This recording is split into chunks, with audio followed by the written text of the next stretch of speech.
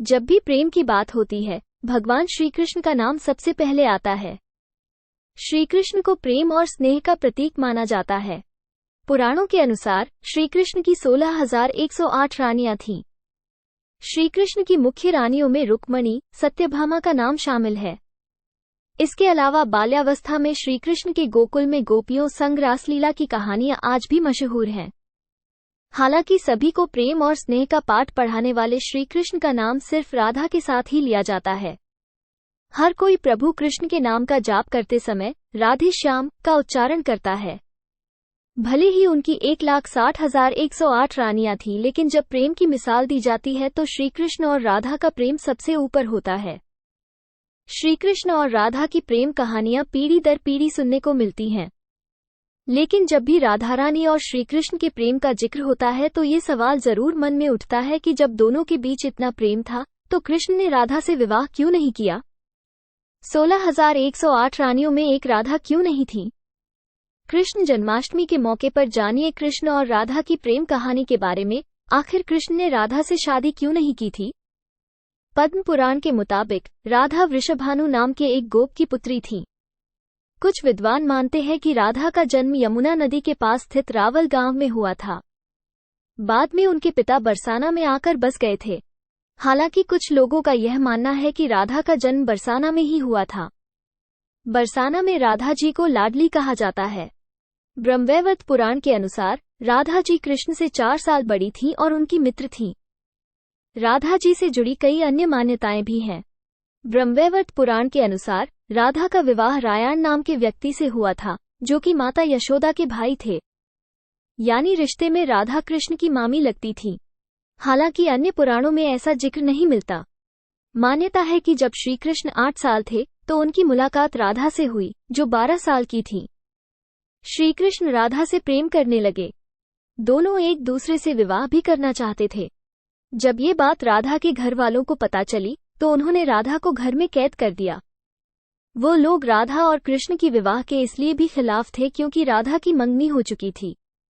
कहा जाता है कि श्री कृष्ण ने राधा रानी से शादी करने की हठ कर दी थी। इस पर यशोदा माता और नंद बाबा उन्हें ऋषि गर्ग के पास ले गए। ऋषि गर्ग ने भी कान्हा को बहुत समझाया।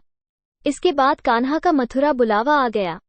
वो हमेशा के लिए वृंदावन छोड़कर मथुरा चले गए। उन्होंने राधा से वादा किया था कि वो वापस लौटेंगे, लेकिन वो कभी वापस नहीं आए। न ही राधा जी के मथुरा या द्वारका जाने का जिक्र मिलता है। राधा और कृष्ण का विवाह न होने के कई कारण बताए जाते हैं। इसमें से एक कारण नारद जी का श्राप भी माना जाता है।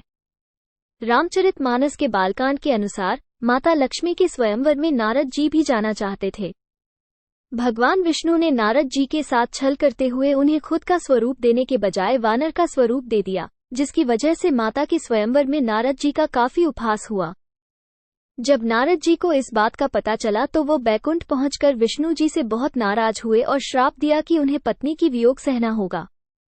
यही वजह है कि रामचंद्र अवतार में उन्हें सीता का वियोग सहना पड़ा और कृष्ण अवतार में देवी राधा से उनका विवाह न हो सका। एक मत ये भी है कि देवी राधा ने ही श्री कृष्ण से विवाह के लिए मना किया था।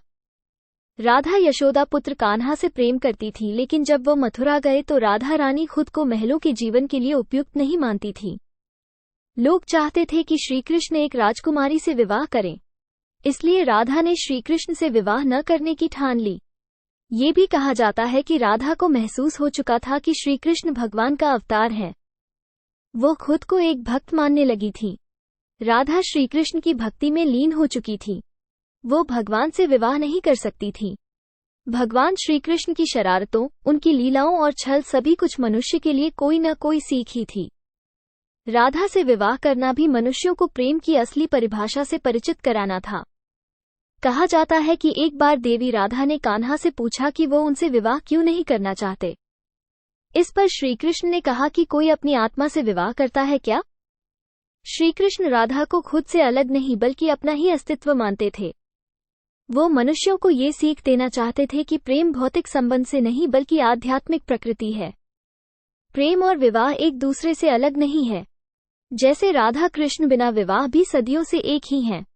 जहाँ कृष्ण का नाम है वहाँ राधा का स्मरण स्वाभाविक है।